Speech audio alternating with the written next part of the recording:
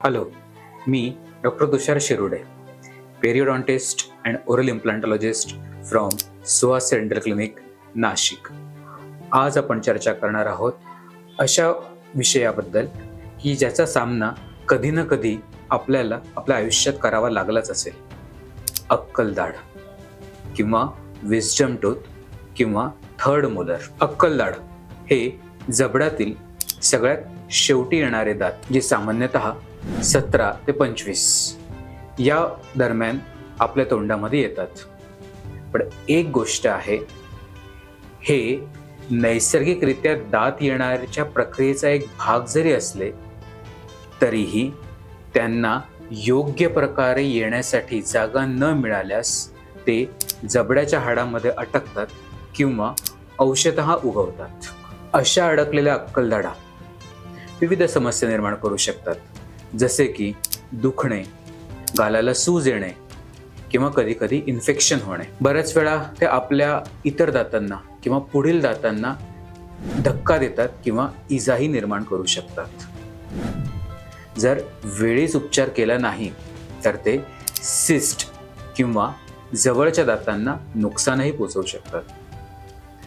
आता आपण चर्चा करूया कुठल्या समस्या किंवा लक्षणे असल्यास तुम्हाला डेंटिस्टला दाखवणे आवश्यक आहे.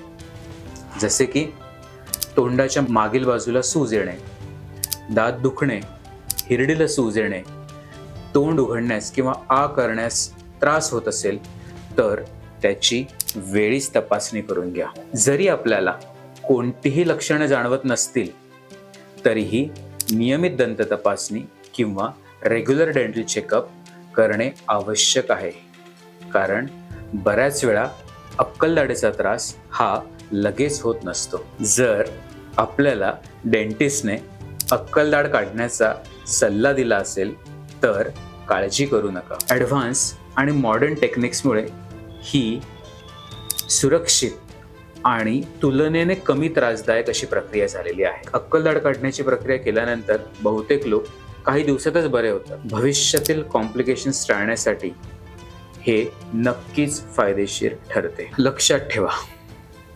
अक्कलदाढ ट्रीटमेंटमधील महत्त्वाची गोष्ट म्हणजे लवकर डायग्नोसिस होणे आणि वेळेत उपचार होणे हे महत्त्वाचे आहे. So if you are in your early 20s, make sure you are keeping with your dental visits.